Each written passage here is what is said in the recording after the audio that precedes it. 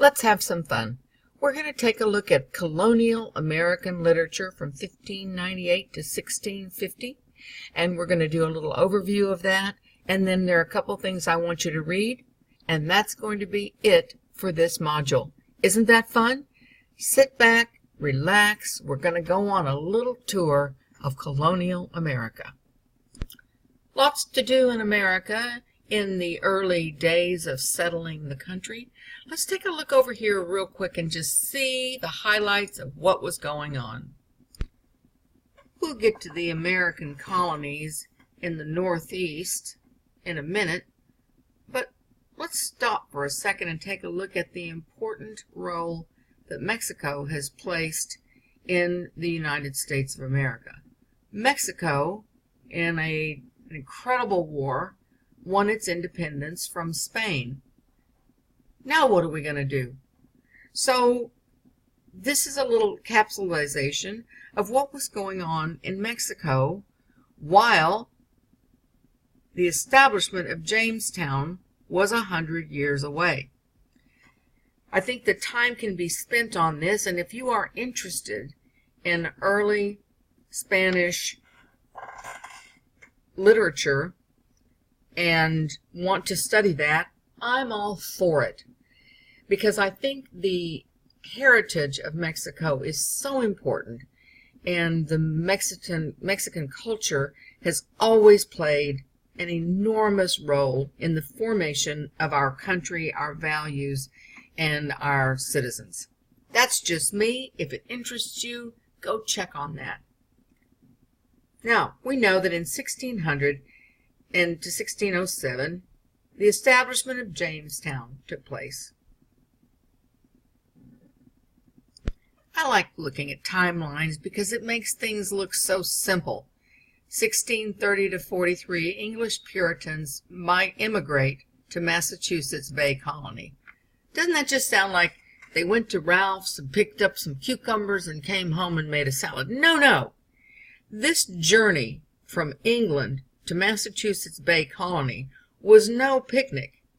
This was not a cruise ship. We're not taking the Disney cruise ship from England all the way over to Massachusetts Bay Colony. If people made it at all, it was an incredibly difficult journey. If this interests you, then you might want to do some more research into the actual people and how they migrated from England to this new country. In the hope of what? Why would somebody want to risk everything to get on a ship and face storms, all kinds of pestilence and sickness and everything to go to a new country? Why? I think it's interesting. I think it's fascinating. If it's interesting to you, go study about that. We're going to take just a few minutes and talk about 3 of the literary authors of the time. Of course, there are many, and you might want to go and check on those. Now, obviously, in women's studies, there is a great tendency to talk about women in the culture of the colonial states and think about how oppressed women were, and it's true. How women were considered chattel, which is property, and that's true. How men could do just about whatever they wanted to do with women, and it was excusable in a court of law, that is true. However, we got to pay attention to the other side for just a minute, and I want us to look at one fun person. Captain John Smith.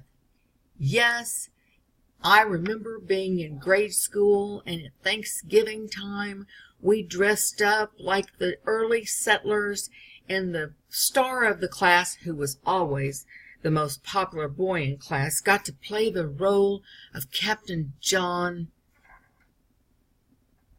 Smith, who was a famous explorer of America, and there are all kinds of myths and lores and legends about Captain John Smith and Pocahontas, and somebody would get to dress up like Pocahontas, and it was so exciting. And it sounded like, oh my goodness, what a wonderful life Captain John Smith had. Well, let's take a look at the life that Captain John Smith actually had. It is true that we owe it to Captain John Smith to hail a lovely vote of thanks, because without his wordy and complete diaries of what he saw on his explorations and what it looked like and what it felt like to arrive in a new country, we would not really know much about our early colonization. Now, Captain John Smith lived to be 51 years old, and in those 51 years, here's what this man did. He compiled and wrote exuberant traveler's tales. He was an explorer, a map maker, a geographer, an ethnographer. I know, I wondered about that too. Ethnography is a branch of anthropology dealing with the scientific description of individual cultures. Okay, back to Captain Smith. He was a soldier, a governor, a trader, a sailor, an admiral, and the editor of a seaman's handbook. Can you imagine? My goodness, that man was busy. Busy, busy, busy. But here's what also happened to our Captain John Smith. Somewhere in the Canaries, the Jamestown fleet's leaders clapped Captain John Smith into custody and accused him of concealing an intended mutiny. At the next stop across the Atlantic in the Caribbean, they offered to hang him and got as far as hammering together the gallows. Before his fellow settlers threw him out of Virginia 32 months later, they would again propose to stretch Smith's neck, to banish him, and even to murder him. My goodness, that's a colorful life. All I want you to do in regards to this man is to read the excerpt which I have showed to you. I've included the link to the Encyclopedia Virginia for the Virginia Humanities, but I also have it all printed here in the documents for this particular module. I want you to read this. You can see I'm not asking you to read a great deal. When you consider what all this man wrote, this is just something I want you to read, because I want you to, first of all, I want you to get a feel for reading Middle English. It's kind of interesting. And secondly, I want you to understand Middle English in the context of what Captain John Smith felt and saw when he arrived in Virginia. And that's something I want you to do for this module. You'll enjoy this, and it will be a challenge for you. Back to our database. These are some interesting links on some of the literature from early America, if that's interesting to you, and you can check on that more. You can follow links to John Smith if you find him to be fascinating and that's something that you really want to explore. If not, move along after you've read that one excerpt from his many vast writings. Now everything was going well, and we had the first Thanksgiving in 1621, and everything's just going along smoothly until these two women, Anne Hutchinson and Anne Bradstreet, decided that they needed to advance the cause of a free right to religion. Oh my goodness! And these two girls, at different times, wrote poetry, and they were actually the first American poets. And their lives were interesting, and they wrote beautiful volumes of poetry. I've included a video for you to watch that's a little 6-minute review of these girls, and if that's interesting to you, then I want you to go and explore more about these girls and the poetry that they wrote. But for our purposes, for this particular buffet of early colonial literature, I want to just read one of their poems together with you. This is a picture of our Anne Bradstreet, and I've had that same expression on my face sometimes when I thought, what in the world was I thinking? Well, Anne was a darling girl, and before I read you her little poem, I want to show you her little cohort, Anne Hutchinson. This is a picture of our Anne Hutchinson. Isn't she darling? And a great little writer, talented little thing. Let's go back over to Anne Bradstreet. This is a short poem, but I want you to think about this in context of the world of our Anne. Anne was born in England, and when she was 16, Anne was married to Simon Bradstreet. Let's see him just a second. Well, he's a pleasant-looking fellow, and I'm sure he was a nice man, but this is the man that she married at age 16. Well, there's a lid for every pot, I say, and if she was thrilled with Simon Bradstreet, good on her. Well, what happened was, he said, well, you know what we're going to do? We're going to go. And so they took the cold, very dangerous voyage to America, which took 3 months.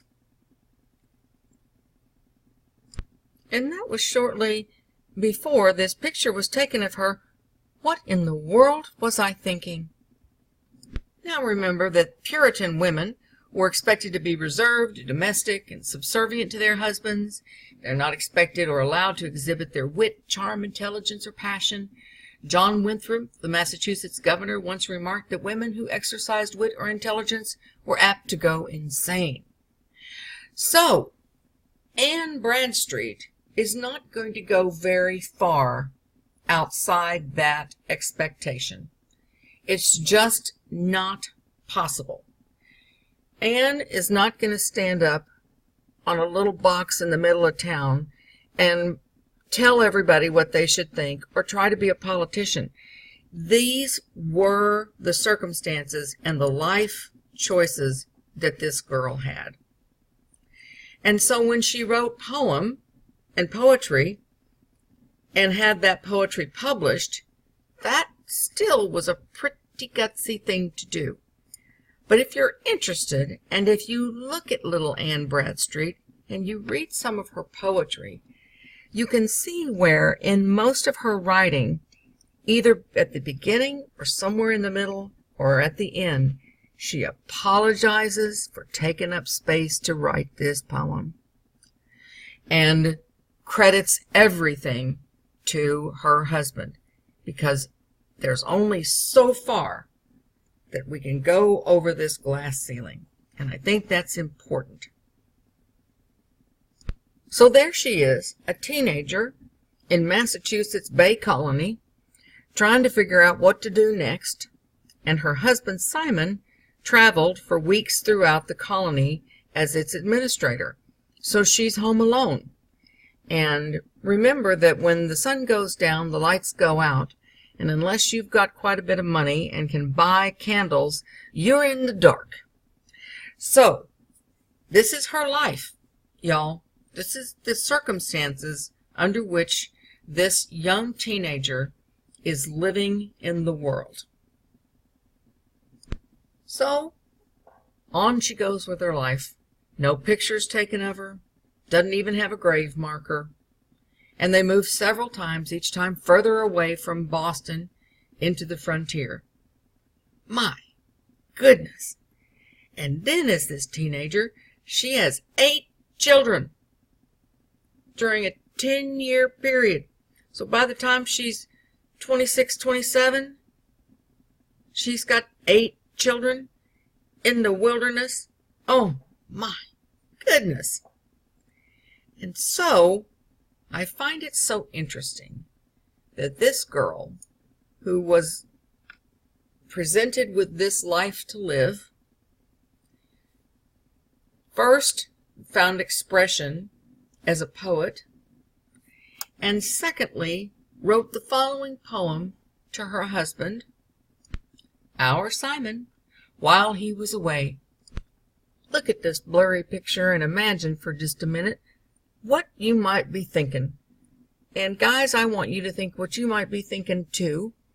And particularly girls, you're living in England, and your dad's a politician and so forth, and when you're 16, it's decided that you're going to marry a man named Simon Bradstreet, and that happens, and then you're going to move to America, and you're going to go on this terrible ocean voyage to get there. All right. Then you land, and you are moved into a house in the country away from Boston, which was sort of the city center of activity. And okay, and now you're a young woman in the country, and your husband's gone a lot, and you have 8 children. What kind of poem would you write to this man? And guys, what kind of poem would you expect to have your wife write to you in those circumstances? Let's see what Anne wrote. To my dear and loving husband, if ever two were one, then surely we. If ever man were loved by wife, then thee. If ever wife was happy in a man, compare with me, ye women, if you can. I prize thy love more than whole mines of gold, or all the riches that the East doth hold. My love is rich that rivers cannot quench, nor aught but thy love from thee give recompense. Thy love is such I can no way repay. The heavens reward thee manifold, I pray. Then while we live in love, let's so persevere, that when we live no more, we may live ever. Okay, back to the timeline. Well, little Anne Hutchinson was busy girl on her side of things, appearing before magistrates, hoping for freedom of religion, and was thus pretty much banished and started up a new community. And for all of her work and the beautiful poetry that she wrote, and she was a little bit more of a spitfire than our Anne Bradstreet, sorry. And Anne Hutchinson, towards the end of our little period of time here, and her family were murdered near Eastchester, Long Island, New York. And the end of this particular period of time met with Robert Child and others protesting the intolerance of Massachusetts Puritans toward those of other faiths. In response, Governor John Winthrop and others justify their policies and banish Robert Child. It's a mess. We're leaving this particular period of time in a mess. We'll see what comes up next, and that concludes this brief overview of American literature 1500 to 1650.